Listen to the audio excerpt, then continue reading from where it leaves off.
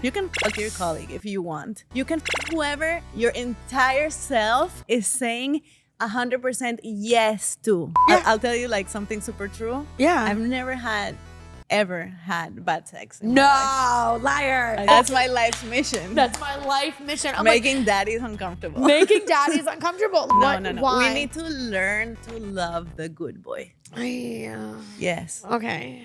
After sex, like, yes, like the lack of an orgasm can contribute to it. Obviously, that lack of pleasure and lack of like a climax. Not an option. Don't even go there with me. I can't even. Let's talk about types. Yeah, let's talk about types. I need someone in finance. Should invite the hand that fingers you.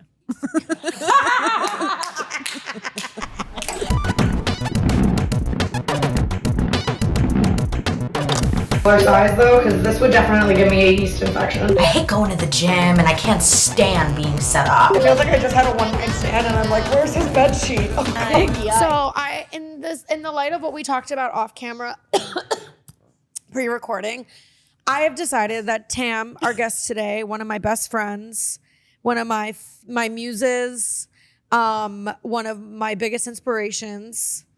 You're a safe, you know what you are? You're a third place. You know the term third place? No. Third place is when you have what you call home, and then you have what you call work, and then the third place is a place that like feels like home and is safe. Like what is like your third place? Like what is your? I want to be first place.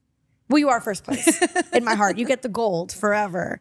But like the third place is like a sanctuary. Like what would a third place for you be? Like somewhere that you go that has all the benefits of home, but it's different. It enlightens you. I don't know. Well, certain female friendships that also inspire me usually are like you, like talented women who are breaking all the boundaries of what it is that they do, usually in the arts. That is like, I don't have a lot of comfort zones, or I don't really like to stay in any comfort zones, but that to me feels like Good. Or an artist studio. Oh, yeah. That's I walk in and the process yeah. of creativity is like where I feel. That's your third place. Yeah. Yeah, I think that totally makes sense. That's as Tam can get. Like I feel like your erotica festival is so the culmination of you. It's art, it's cutting edge, it's daring, it's women and queer talent, it's sexually charged, it's free. Are you bringing that back again next year? Should I bring it back? You have to. I think it's so different and so needed in South Florida, and it was so sick, and you can move it. I don't know. One of the reasons I want to bring it back is only because DeSantis said that he took away arts funding because there were too many sex festivals, and I was like, I'll take it as a compliment. I'll take it as a. You're like, I'm part of the problem. Let me put it this way. And this is on record. If I am part of the problem, but that problem is Governor DeSantis's problem, then I'm not finding a solution anytime soon. Thank you. And you can send that clip it, Sean, and send it right to the Florida government. Okay. I had a show recently. You'll appreciate this. And I'm like obviously like leaning even more into who I am as a comedian, like very unapologetic. So focused. Too focused, but so focused, too focused, but like super authentic with what I am. And like, I say unapologetic, which also kind of makes me gag because I feel like anytime women just do anything, it's like, she's unapologetic. She's raw. She's brash. She's edgy. She's like, you know what I mean? Because we're like, raised to be the opposite. That is true. Like, you know, and archetypes and in typical societal structures, we are raised to be the opposite. But I just feel like every time a woman takes a risk, or like every review I ever see of my comedy or any female comedian is always just like daring, potty mouth, how dare she, unapologetic, just did it. Like it's Has always, anyone ever called a man unapologetic? That's what I'm saying. So I don't think I've ever heard that term. No, because you can't get a man to say sorry. If you get a man to say sorry, that's an Olympic sport, basically. So I cringe when I say unapologetic, but I also like saying unapologetic because I truly like, I'll offend people at my shows. Like I'll make people uncomfortable. That's what we're there for. That's what we're there for. I like what I'm saying. And at a show recently, a girl comes up to me and she's like, I loved you. I needed this. You spoke to me. I was like, yeah. And then the even bigger compliment is she leans in and she goes, you made my fucking stepdad so uncomfortable. And I was like, yes. That's my life's mission. That's my life mission. I'm Making daddies uncomfortable. making daddies uncomfortable. Like, I don't think I'd be doing what I do correctly if he left the show being like, she was great. Like, Yeah. I didn't do my job. I need him leaving the show cold sweating. Like, that's how I know. Worried for the next generation.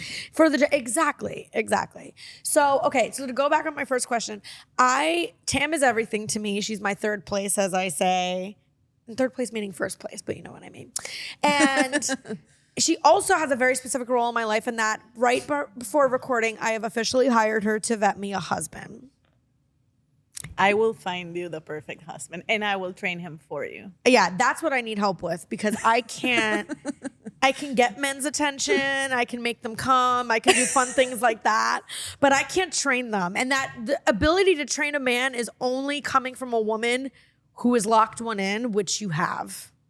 You've locked a husband in. So I want to ask you, what do you think you see from me and my husband? This is a selfish question, and then we're going to talk about ours.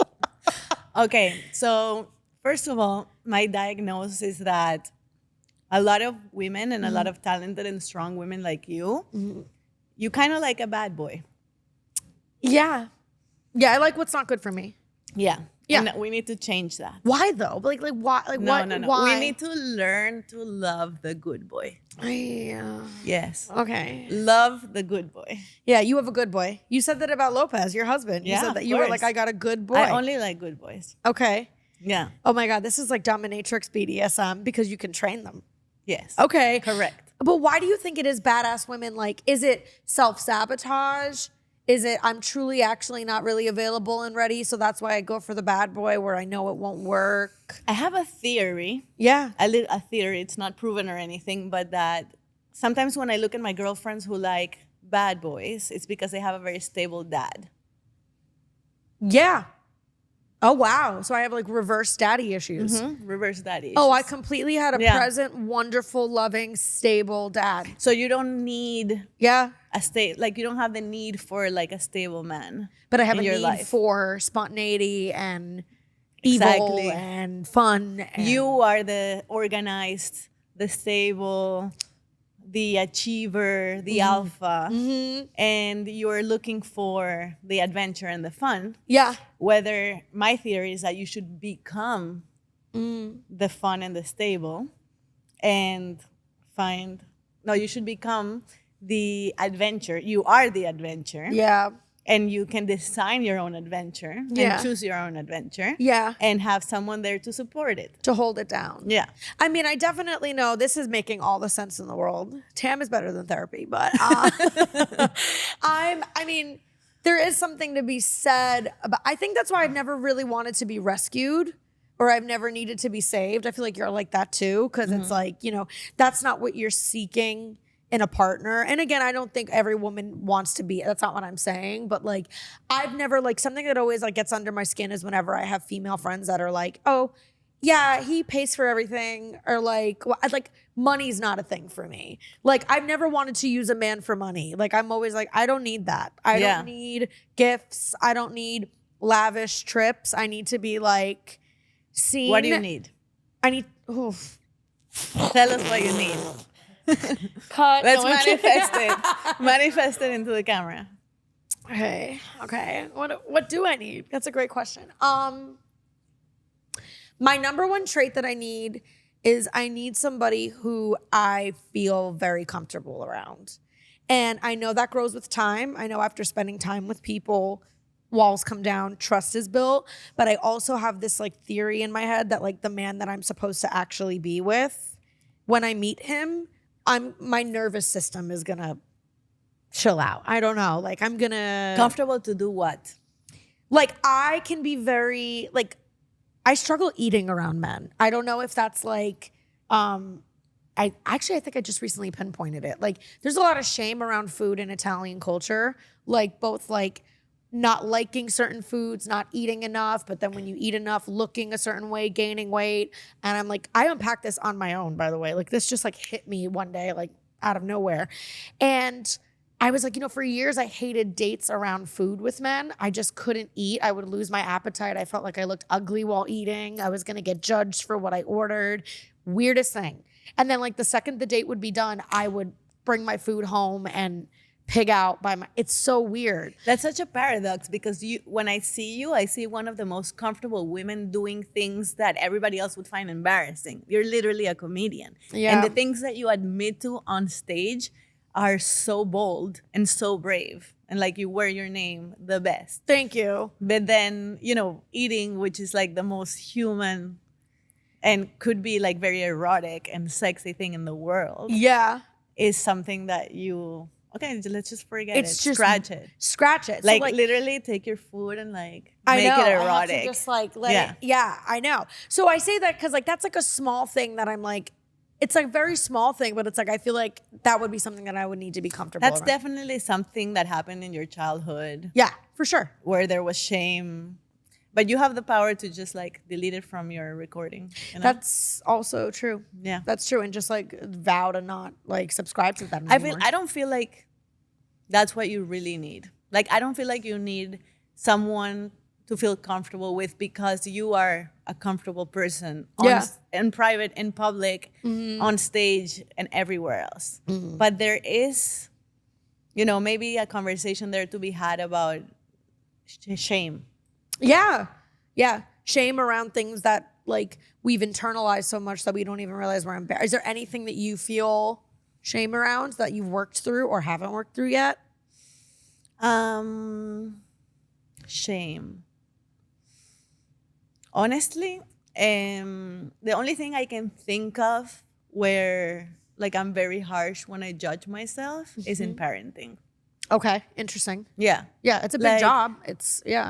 Like I see myself as a successful person and I have like different pillars in which you can be successful. Like you can have a successful career and you can have successful social life and friendships and finances.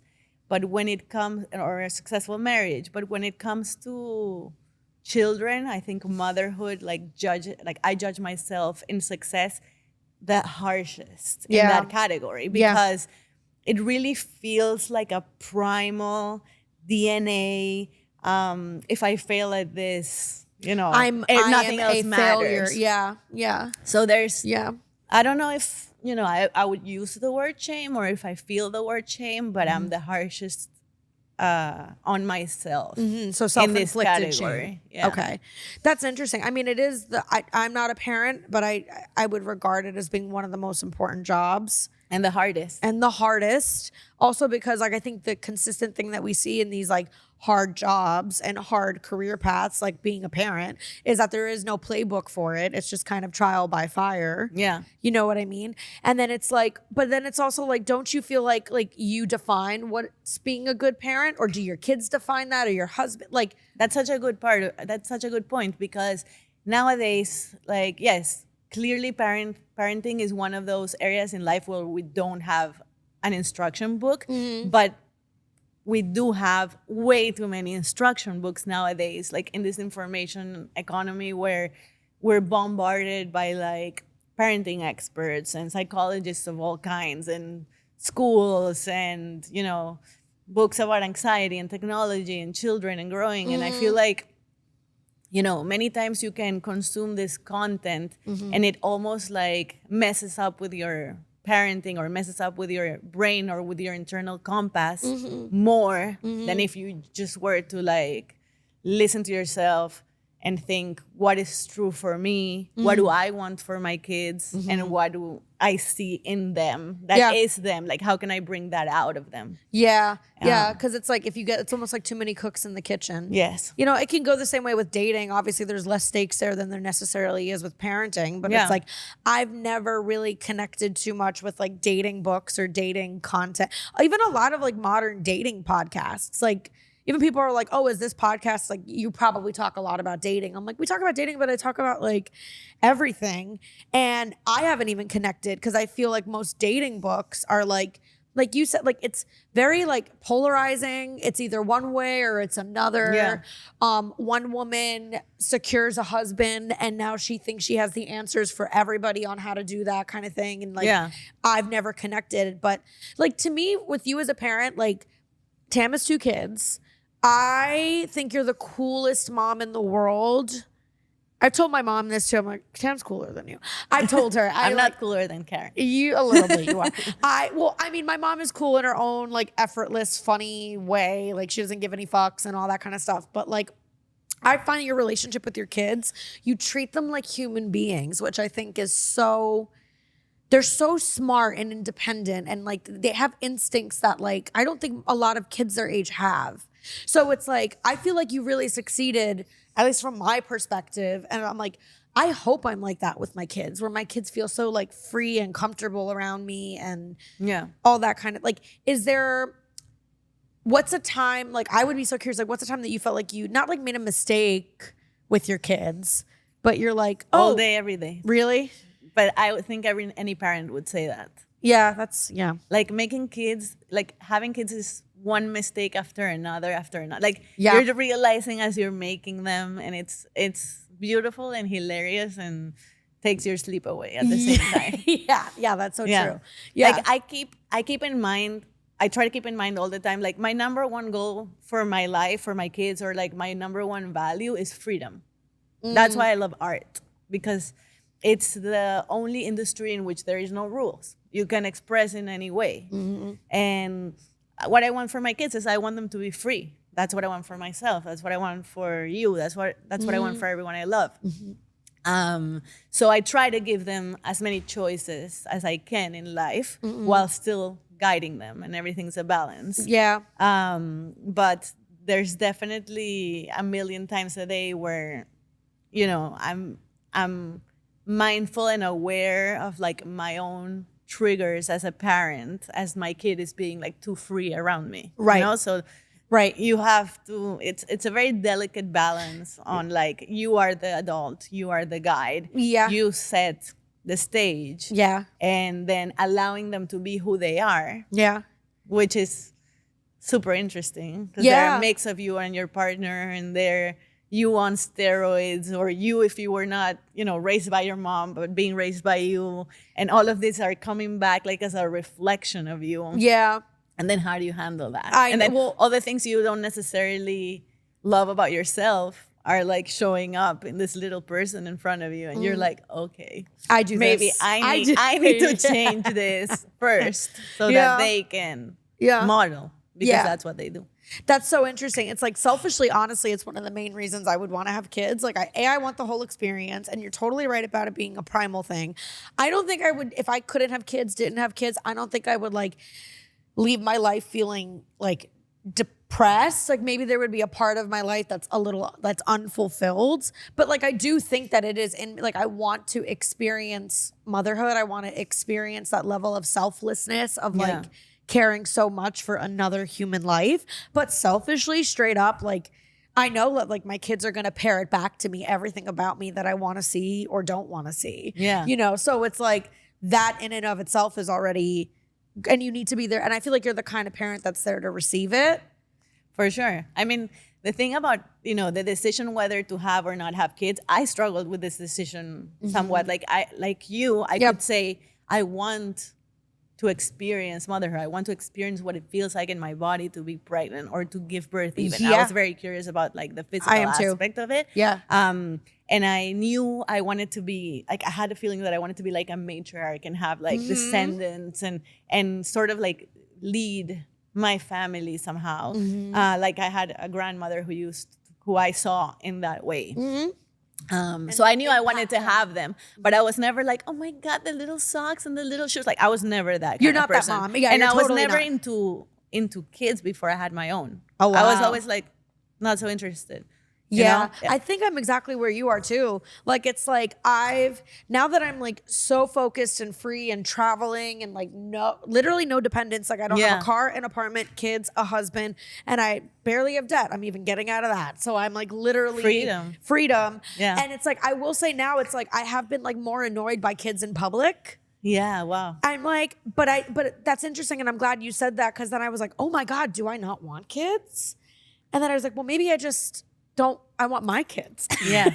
Like I want, selfishly, like it's super And selfish. then I'll still like sometimes really connect to a child that is not mine, you know. Yeah. Like there's like like any person, it's Yeah. like you said, you know, kids are human, so you connect to some of them and you don't connect to a lot of them. Yeah. And that you don't connect to most of them. Yeah, and it's So it's okay. the same with kids. Sometimes I look at a baby and I'm like, I want to hold this baby and like talk to this baby Yeah. for 3 hours. Yeah. And it's just because it's like that person. It doesn't mean that I like all the babies or Yeah. all the kids at all. They're still a human being, even if they can't communicate through words. Like there's Yeah. I just met my like I believe in all of this. Like it's like that like connection and that like energy still can be exchanged between babies and fully grown adults. Because I'm very close with my like younger cousin, Brandon. And my mom thought I was a boy.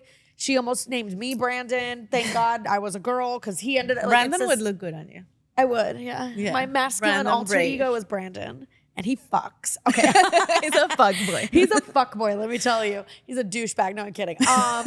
So, and then Brandon and I, since we were so close in age, like just grew up together and we're super tight, like more than I was with my other cousins, down to like his birthday is always attached also to like huge tragedy in the family, which is interesting. Like my grandmother died on his birthday, Hurricane Andrew on his birthday. Wow. Like it's like all these different things. But long story short, Brandon and I are very close. And when I was in my relationship with that monster, Brandon was also like my protector. Like he was ready to like book a flight and fly out to Salt Lake. He was like, I'm not kidding. I feel like she's unsafe. I have a bad feeling. I'm booking a ticket and I'll fucking find her. He's in this. connected. We're very connected. And I don't think it's like shocking that when I met his son, like I am the most connected to his baby, like loves me. Like, and Yeah. in a way, like I let go of his hand for 2 seconds to walk into the other room and that baby runs after me like an umbilical cord is there. And I'm like, I have to think that Yeah.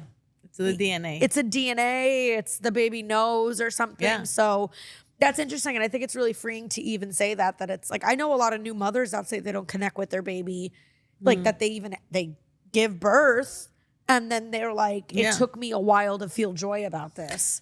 Listen, I think everyone has a totally different experience. Yeah. And every experience, you know, as hard as it is, it's going to teach you what you need to learn Yeah. in that moment. Yeah. So it's just about, you know, taking the experiences that you have Yeah. right now and being like, okay, what can I learn from this? Yeah, You know, what can I gather What don't from I it? like about it? What's my lesson here? Yeah, that's true. And I think also too, you shoot yourself in the foot once you think that one experience is a blanket for everybody's experience. But I think so many people do think that. They think that like the way they've experienced something or their take is the one. They don't even realize the elitist mindset they have. That's because we're disconnected from ourselves first. yeah. You know, because you know what's right for you and you know what's good for you. Yeah. And you have to put that above, you know, what you read happened to the other person, Yeah. or what your parent says is right for you, or what, you know, You forget your your friend own- is advising you to do. Like, you know best. Yeah, what's you good really for do. you. Yeah. You've encouraged me the most with that. Like I remember when I was quitting my radio job or I was thinking about it, we were hanging out and it's also like you inspire me to be fearless too when it comes to that, because I was just going back and forth on something that I knew wasn't right, or at least wasn't right for my life right now. And obviously every decision has gray area, right? You can break up with someone and still miss them. It doesn't mean you shouldn't have broken up with someone. Right. Missing is the easiest thing. Missing is the easiest thing. You know, Yeah. you could be like, I loved being on air, but I can't work in radio right now. Like everything has duality. So you're like, what's the solution to that? Right. Podcasting. Exactly. Like that's how I, like kind of launched this. But I remembered I was like, I don't know when I should quit. And I loved it. You were like, Monday. Wow.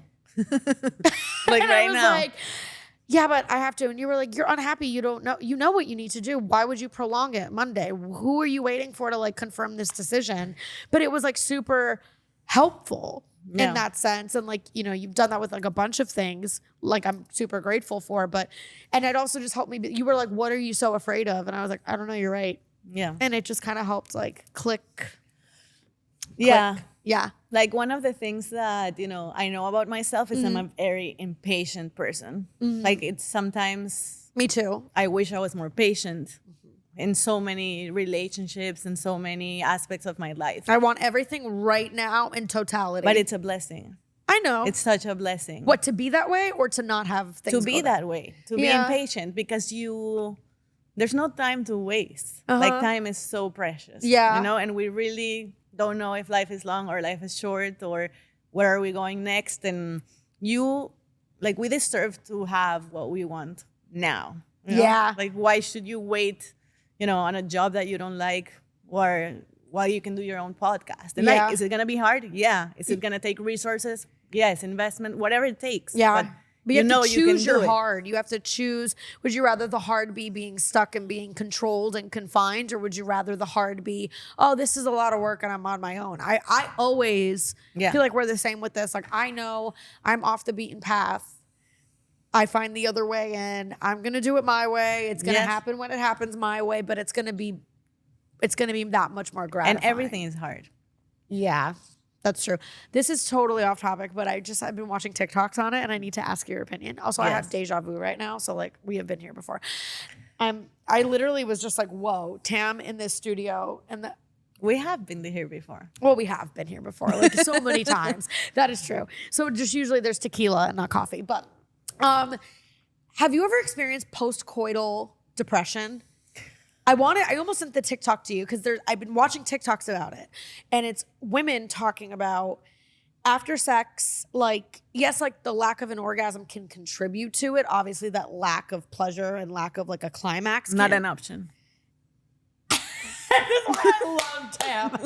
What do you mean? I know. I mean, I'm with you. I take matters into my own hands, but yeah. I'm with you. But it was like. That's why you need to have a line of trained people. See why it's invisible here? Because there's nobody. There's nobody here. I live vicariously through Tam. Sex life. I really do. I love her. Okay. But like it was post-coital depression, and it was like just a lot of women, even if they love the person, they experience this like general profound sadness or like weird fog after sex. And I'm sure it's hormonal, but have you ever experienced it's called PCD, post-coital depression? Honestly, no. That's because you be coming. I mean, that's why I said, like, I don't understand the other option. What's the other option? I mean, but I feel like I don't want to like be not empathetic to all the experiences that people might have. No. But like, honestly, I'll tell you like something super true. Yeah. I've never ever had bad sex. In my life. Liar. I swear. Never. What? Okay. What about like comparatively? You were like, oh, time is a little. Of course, there's comparatively, but it's never been bad. Like I know how to choose. Oh, what's a tell that a man is going to be good in bed? Their energy. I would agree. Like, if a guy is wearing too many accessories, like he's hiding something. Oh God, he's hiding something. He's overcompensating. Yeah, he's overcompensating. Yeah. Like I'm talking about personally what how I find attraction. Like quiet confidence. Yeah. A guy that's not like desperate or chasing. Yeah. Like a lot of women, but they're like picky and they know what they like and they know what they want. That is the sexiest and they know what they're doing. Trait to me. A man with and I know this sounds crazy, standards. Yes. A man with a type. Because you can tell, for the men listening, we know when you just want to fuck, and then we know when you want to fuck me. Like that's like we can tell, and that's like the most attractive thing. Sorry. I always assume that they want to fuck you. You know what I'm saying? I know. Like, I thought of you today about this because I told you somebody's in town that I have a history with, a pretty good sexual history with, but our history is so complicated. He's a little toxic and manipulative. So before I've like been of course he is. Yeah, of course he is. He's a bad boy. This is what we're working on. We're fixing it. But also, at least, you know what? I've come so far because I'm not trying to wife this motherfucker up. I know exactly where he is. He's familiarity and good sex. Acceptance. Radical acceptance. But I thought of you because A, we're recording this today, and B, I'm going to be seeing him tonight. And he plays games. Like, so like in our past, he's been like, yeah, as much as I love having sex with you, like, I don't think we should do this anymore. And I've been like, you? Like, why? Like, what are you hiding? Like, and he was like, no, I care for you. And I think it's going to ruin things. Things have gotten so complicated. Obviously, it turned out he had a girlfriend and like the timing between her and I overlapped and it shouldn't have. And that's what it was. Yeah. But it's fucked with my confidence. Maybe that's what he was trying to do too. Because I normally would be like, obviously he wants to have sex with me, and even him specifically, knowing how much he used to be into me, and at one time we were into each other. So somebody was like, do you think you and him, or do you think you guys are going to hook up now that he's in town this weekend? And at first I was like, I don't know. I'm not going to be the one to make the move because he's crazy. I never know what girlfriend he has, what power play he's trying to do. Okay, and I disagree with everything you're saying. I go on. That's what I'm saying. Okay. I was thinking of you this morning. I'm like, Tam would be like, obviously he wants to have sex with you. Fucking walk in that room like he does. Like, first of all, like I'm always assuming that's the case. Like, why? It probably is. There is though. no, like I said, there's no other option. There's no, I don't want to have sex with you. Like, why are we even having this conversation? Yeah, that's not true. an option. Let's consult our straight producer, Sean. Would you agree? That with the selection process? Yes. Well, that what Tam was Either saying, you like, want it or you don't want it. Oh, definitely. Yeah. Yeah, it's not like, well, I guess there is times where you're like feeling it out a little bit. No. You're like, I want to see what this person's all about. You know the first 5 minutes. You actually want to see what a person is about before you sleep with them? Sometimes they open their mouth and you're like, I am not with this vibe. 5 minutes. Okay, so you're saying that they're like objectively very hot? Yeah, like you can walk up to like a physically attractive person. Yeah. But then they start like, saying some stuff like, I don't know, some crazy stuff. You're like, I'm out. See, that's actually very hot to me, Sean, because that's like discernment and standards and energy. I know men that will literally be like, she's stupid as fuck, but I'd still fuck her. And I'm like, I lose so much respect for you when they do that. That's why But you should keep your wave, because you have potential and you know who you are. Yeah, and you know what you like. Sean has a serial killer-esque wave. Wait, no, Sean, show the camera just so we give them visual context of what your crazy wave is. It's like Woody from Toy Story. It's like Woody he's like robotic. And I saw the wave and I was like, potential. Oh, wait, over here. An Amber Alert just went off. Okay, so but I was saying, okay, it's thank way you for more your input, simple Sean. than that. It's way more simple than what you're saying. okay, Like, honestly, yeah, like delete every single gray area, every single game. Like, you go on a date or you are with someone because you know what you want. yeah, It's not really about what the other person wants or not. Like, it's about if they're in alignment with what you want. Mm-hmm. So you're sitting there tonight. You know you want to be with this person, okay? Mm-hmm. You're attracted to them, vetted, good sex already. You're like, are we aligned about tonight? You know? yeah. There direct. is no like bullshit. Yeah, like you have a girlfriend or not have a girlfriend. This can be an open, honest conversation that is discussed. that's the issue. He's not either of those things. Okay, so then I know. No, you're right. You're right. so yeah. then that's about your standard, right? Like Right. if someone is not like if you are radically honest and Yeah. simplifying the whole game and the other person is matching you, then it's a match. Yeah. If if you are like, okay, I'm down for tonight, let's have fun, we both have other relationships, but this is about tonight, Yeah. not tomorrow. Yeah. And the person is like, I'm not sure, but yes, but no, but yes, but no. It's a no. I do agree with that. There is no, I'm not sure. It's a no. And also there is no, I love this, but I'm not sure if we should because we're friends. Like, there's none of that. Yeah. There's yeah, either a decision made Yeah. or, It happens or it doesn't. yeah, it's just way more simple than that. Yeah.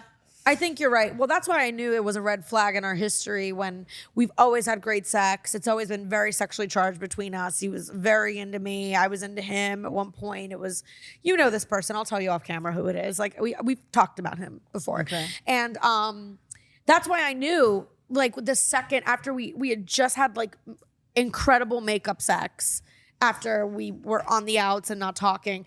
And then we were in conversation and he just randomly was like, yeah, as much as I love doing that with you, I just don't think that it's because you're a friend. I care. I this, I that. That's when I knew, this was 2 years ago, by the way, but that's when I knew. I was like, what is it really? Like there's Yeah. a reason you don't want to, and there's a reason you don't want to. And obviously with time, the cream rose to the top, and I learned it probably shouldn't have happened. He was involved enough with somebody that it shouldn't have happened. But I also think that, I think you're right. Also, to your point, it's like, why do women not have this sense of agency when it comes to dating? Like, we go on dates and we're like, does he like me? Is he gonna like me? And it's exactly to your point where it's like, why aren't you sitting there like, I hope I like him. We'll see if I like him. I just think it's like you are there and you are in charge of making this decision. It's really almost like you have to zoom out and see it a little bit like a business transaction in a way. So are we going to business together or not? Yeah. Like, is this happening or not? You know what I'm saying? Like, am I feeling it? Yeah. Am I attracted? Am I liking what I'm hearing? Yeah. Like, am I sure that if your whole body is saying like, yes, 100% I want this, then you won't have this post-coital depression problem. Because when you go into Googling. it Go and ahead. you're like insecure about it, you're like, oh, I'm not sure if he likes me. I'm not sure if I like him. I'm not sure I like what he said, but he's hot, but this, but that. Like, then it's not gonna be optimal. Yeah, because your energy is already wishy-washy. So his energy is gonna be, I don't know where this is happening. It has to be zero wishy-washy. All right, there's a Wikipedia page for this. The clinical term that Tam is debunking, it doesn't exist, is post-coital tristesse. Tristesse is French for sadness. It is. I should get that tattooed on my ass. I'm not saying it doesn't exist. It sounds like a name. And it's funny to me that it sounds like Tresemme. Why is it so close to Tresemme? That's crazy. Also, I know one person who's not sad in French, and it's that pole vaulter who has a huge fucking cock. That guy. Did you see that? Yes. Olympic moment. I mean, if you lose that way, you win in life. You lost the Olympics, but you win in life. You win in life. I was like, this guy, like, clearly, he got immediately approached by like 7 different adult entertainment companies. I was like, he's gonna be fine. Also, I'm not worried about I don't him. want to call it cock blocking anymore. I want to be like, bro, you're pole vaulting me. As I motion to change the term. Okay. Post-coital tristesse, French for sadness, also known as post-coital dysphoria, it's called. So dysphoria is different than The opposite of euphoria. opposite of euphoria. Is the feeling of sadness, anxiety, agitation, or aggression after orgasm in sexual intercourse or masturbation. Its name comes from Neo-Latin post-coitalis and French tristesse, literally sadness. Many people with PCT may exhibit strong feelings of anxiety lasting from 5 minutes to 2 hours. Have you felt for this? like a week and a half. I have felt it, but I've also felt it. We need a term for like happy sadness. Is that melancholy? Yeah, where it's mixed. It's mixed. I felt it with men that I like kind of know I don't want to date. I felt it with this guy and another guy that I had sex with in May, who I also have a history with. That's all he's actually very positive with him. There's never been a falling out. No one's wanted more from each other. Good sex, respect for each other. We're both comics too. Talk each other up well in a room. Of course, don't even go there with me. I can't even. Let's talk about types. Yeah, let's talk about types. I need someone in finance. I need someone that doesn't do what I do. I need a break and escapism. That But just means you're hyper-focused. that's honestly why it ends up happening with comics, because that's all who I'm around. That's all But who also, I it's can. all you think about.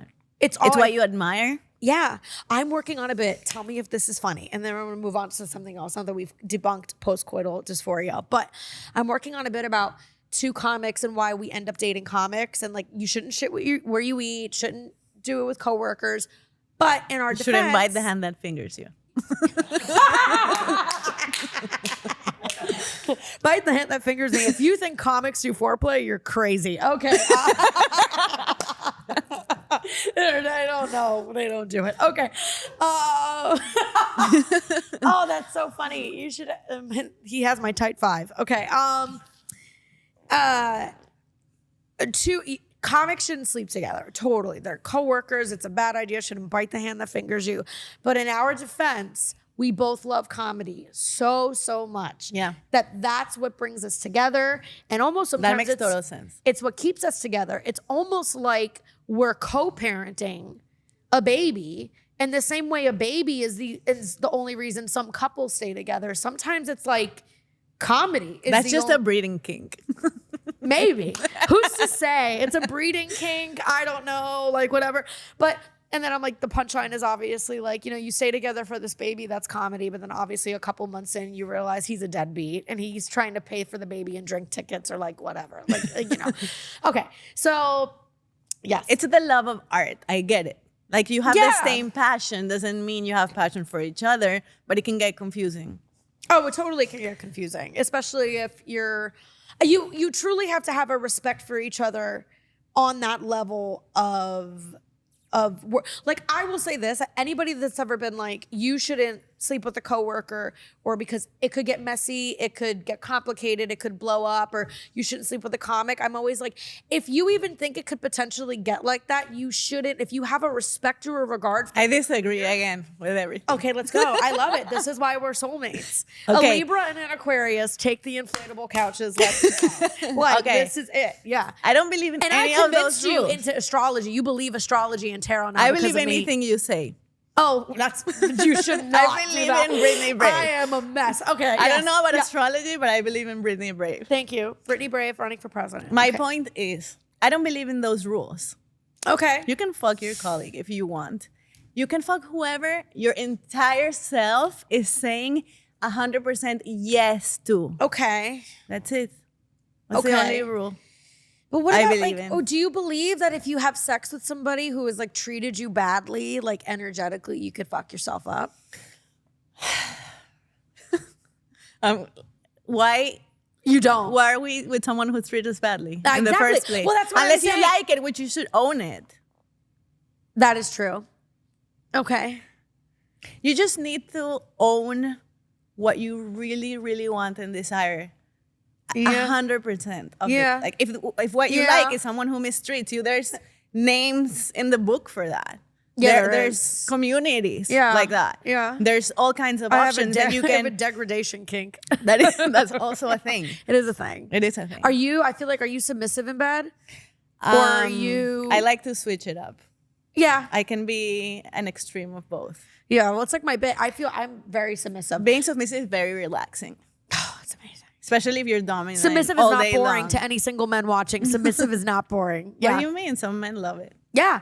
I Yeah. think it's because I'm so dominant in other areas of my life. I can be very I obviously have moments of dominance in the bedroom too, but for the most part, it's very But submissive. usually, what happens in the bedroom, sometimes it's like the opposite of what happens outside. 1,000%. I let things happen to me in the bedroom that if people knew, they would not listen to anything I say. They would be like, she's a feminist? That's our fearless leader? Those Oh, are really? like the areas in life where you get to explore. It's like art, culture, Yeah. eroticism. Yeah. It's just the areas are there for you to explore. Like if you have a problem with your couple, Yeah. and you're fighting with your couple about control, Yeah. then stop fighting outside of the bedroom about control and make it a Yeah. sexual thing. Yeah, work and it that's where out. you fix your problems. Yeah. Well, you communicate through sex too. Like Yeah. it's like without in the absence of words, just in sexual movements and energy and tension and everything, like you can tell in bed what this means for him and what it means for you without even an exchange of words. And that's you the can whole tell. point of it, that you get to explore a myriad of different things Yeah. that will just make you closer to that person. Yeah. And explore, how that dynamic will change Yeah. your relationship everywhere. Yeah. That's true. And your relationship with yourself Yeah. too. And like this kind of ties in what we were talking about parenting too. And like I want to have these conversations if I have a daughter specifically. And I mean Yeah. a son as well too. Also it's 2024. Who knows what they're going to be? They might come out and want to be an apple and that's it. And that's fine. And mommy's going to let them be an apple. I don't care. I'm going to be like, be an apple. Just Who don't, am I to say? just don't be a bad one. Yeah. Just don't rot. Who am I to say? I love produce. But it's like it's specifically with a daughter. I think like a narrative that I would correct if I had a daughter is one that was passed on to me that I am just now undoing, like in real time in this conversation, is this idea of giving it up too soon, or this idea of like, make him work for it, wait for it. The second you give it up, he throws you to the, like, I don't believe that. And I feel like you've given me that advice before too. Like, I've never believed that.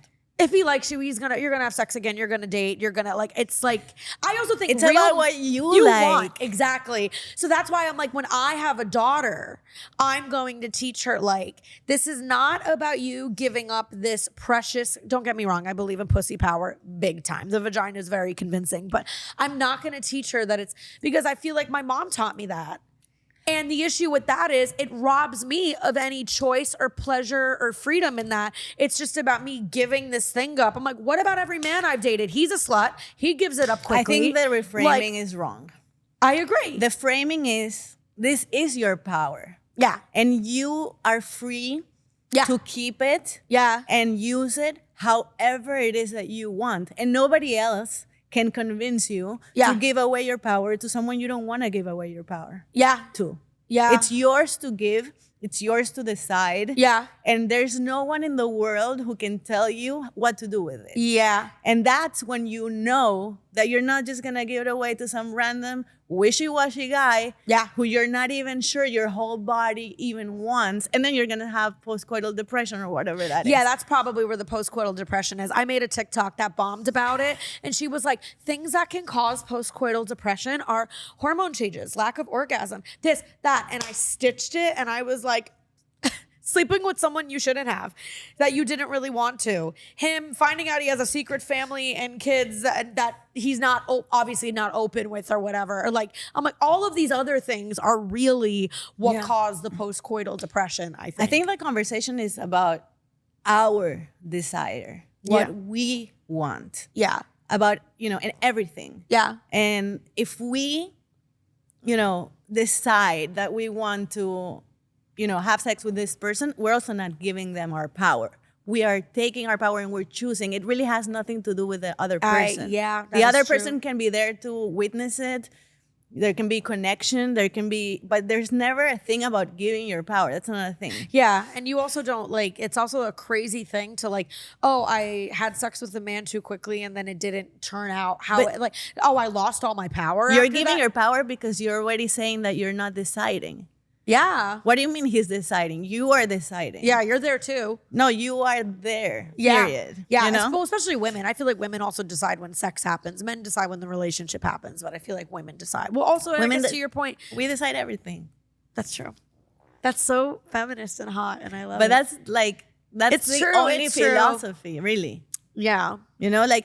You are there, you want to be with this person. How do you want to be with this person? You could have had the best sex night of your entire life and then you discover he has a family and it's okay, that was awesome. Thank you. Thank you. That's just, you keep your power. Yeah, that's true. That's true. You know what I think about it as? In a way that I've tried to keep my power with comedy is I decide how I feel about my sets and my performance, but I keep it very private. And it's not a hand that I show because I know I don't show it with a lot of people. I show it with people that I trust, that I feel seen and close with. But I've been keeping my power creatively that way. Like when I get off stage, I think you show your hands as a comic if you're like, oh, I think that went okay. The crowd was weird. It was this, it was that. It's like, how I feel about my set is my business and my business alone. And it's the audience who decides if I have a good set or not. So that's a weird, I don't know if this is making any sense, but that's how I've kept my power.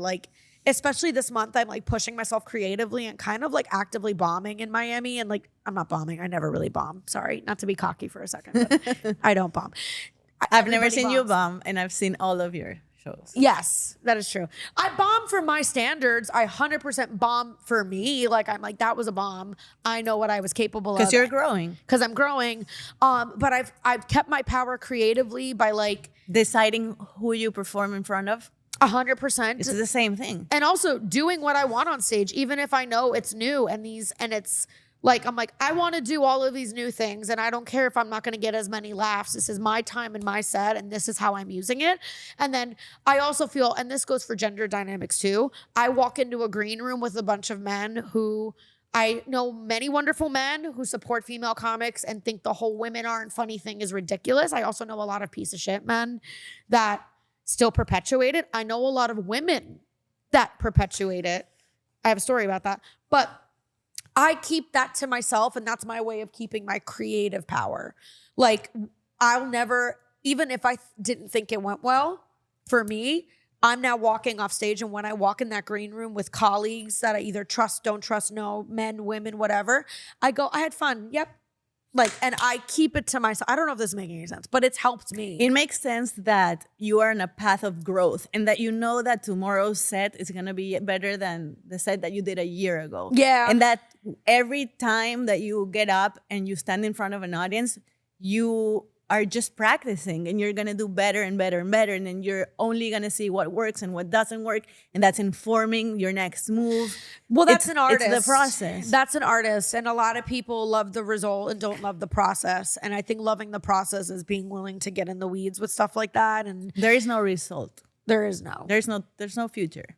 Yeah, it never ends and it never goes. Also, like restlessness that I feel with my career, I'm like, it's never gonna go away. I'm always gonna feel like I'm not where I'm exactly where I need to be, but not where I want to be. And yeah, you know I what had mean? that restlessness until I got diagnosed with cancer. Mm-hmm. I wanted to, because we're like in here, and I wanted to bring it up, but I'm so glad that that's a beautiful segue, and I'm so glad you were able to bring it up for yourself. Yeah, I had a feeling that I was chasing something in my career constantly, like, who's my next big client and where's my next big show going to be, and bigger and better and larger and obviously more money. And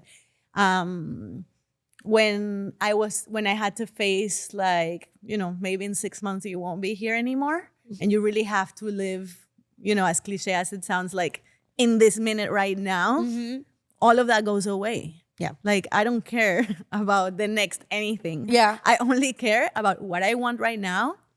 And how I'm going to get it right now. And I don't care who is on the way or who is going to try to block me or who's going to be opposed or who's not going to like it. Like, whatever I want right now is what matters. Is the only thing that matters. Yeah.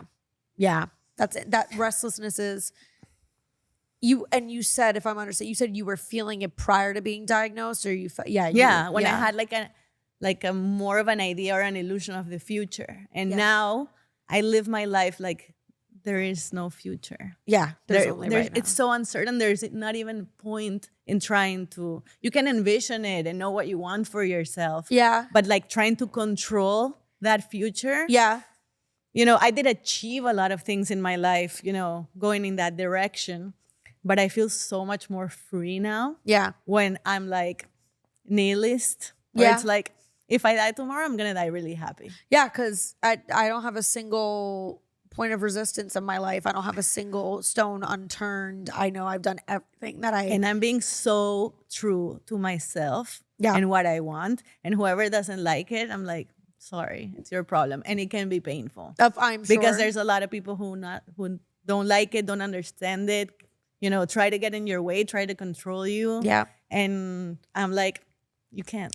But that's another thing that we're... It's my power. It's my power and it's my life and it's my choice. But that's another thing that we're conditioned to in society is taking things too personally. Like, you're not a kind of person... I know you don't make choices that... You're very careful with every choice you make. You're very considerate and intentional with every choice you make. You're not making... And we're not going to... I know some of the choices that you're talking about as friends and things that you've done in your life. And it's like... I think as a society, we always end up feeling like whenever people make those choices for themselves, we immediately take offense to that or take it personally. And it's so true what you said, where it's like, it really has absolutely nothing to do with you. And your feelings about my choices are not my business. They're also, frankly, not yours. But if you want to make them your business, okay, but that's on you to... But I also think with women, and sometimes too, you do hurt people. And that's part of it. That's life. That's part of it. You know, like... As long as if you care about someone, you can hold their hand and you can be there for them. Yeah. But if something is like really true for you, and that other person feels pain for that, then, then you have a conversation and you negotiate. Yeah.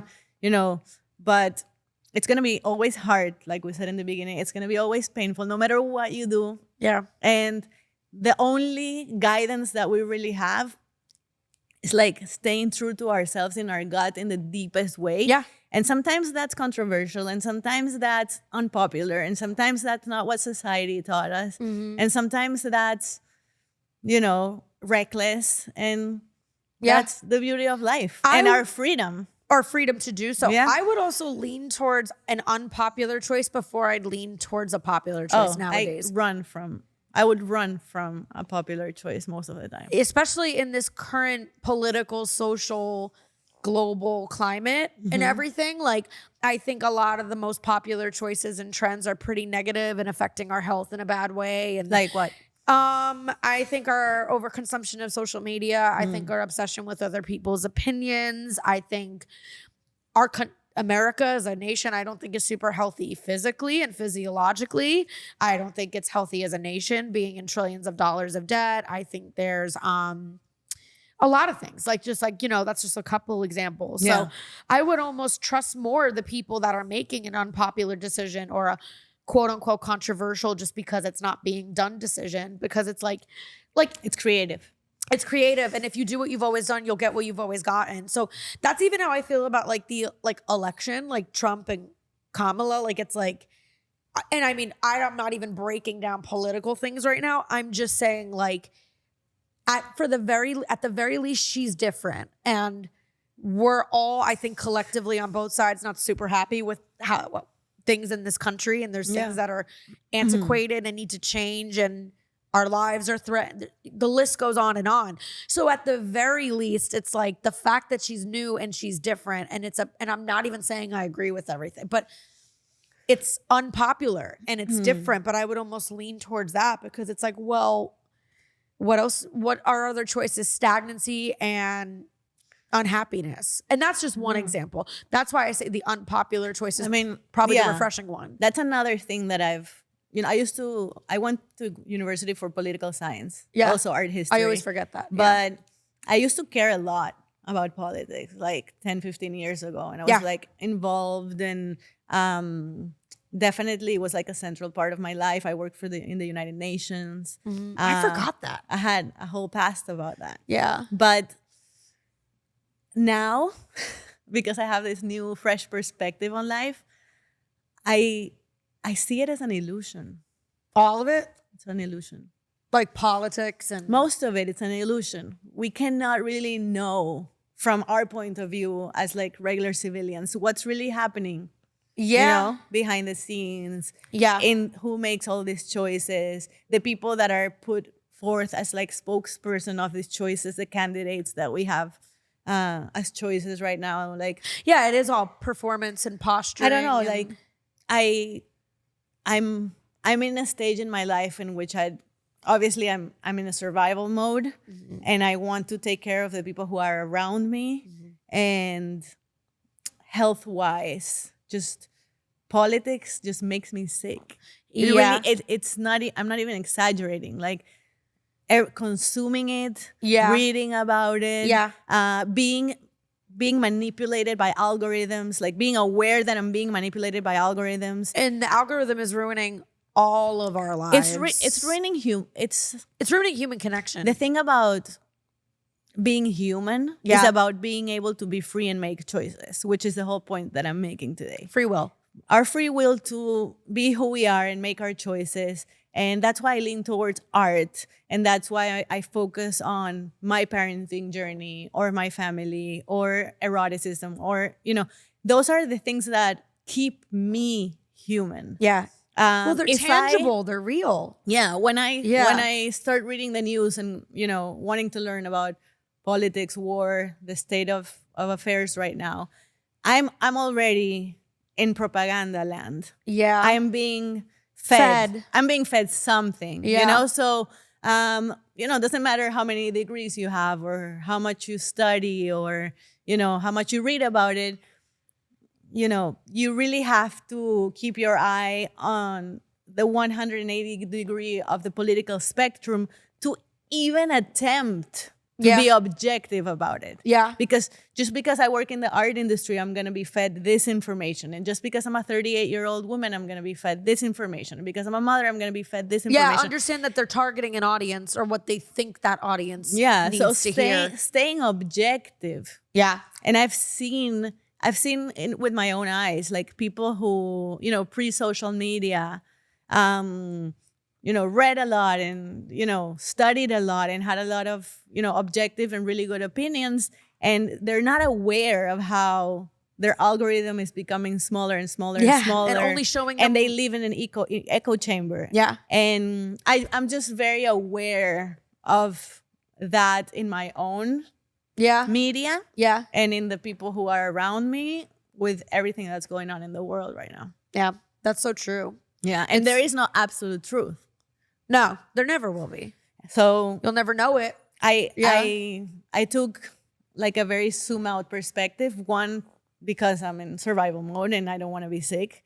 And two, because I'm very aware of what this technology is doing to to our ability to make choices. If we go on dating apps and our algorithm is showing us everything that we've ever clicked on, we are not making the choice. No, really. The algorithm is. The algorithm is making the choice. Yeah. We're not navigating anymore because we have maps. We don't have memory anymore because we have Google. Yeah. We don't make our own mate choices. Like what are the things that keep us human? Right, yeah.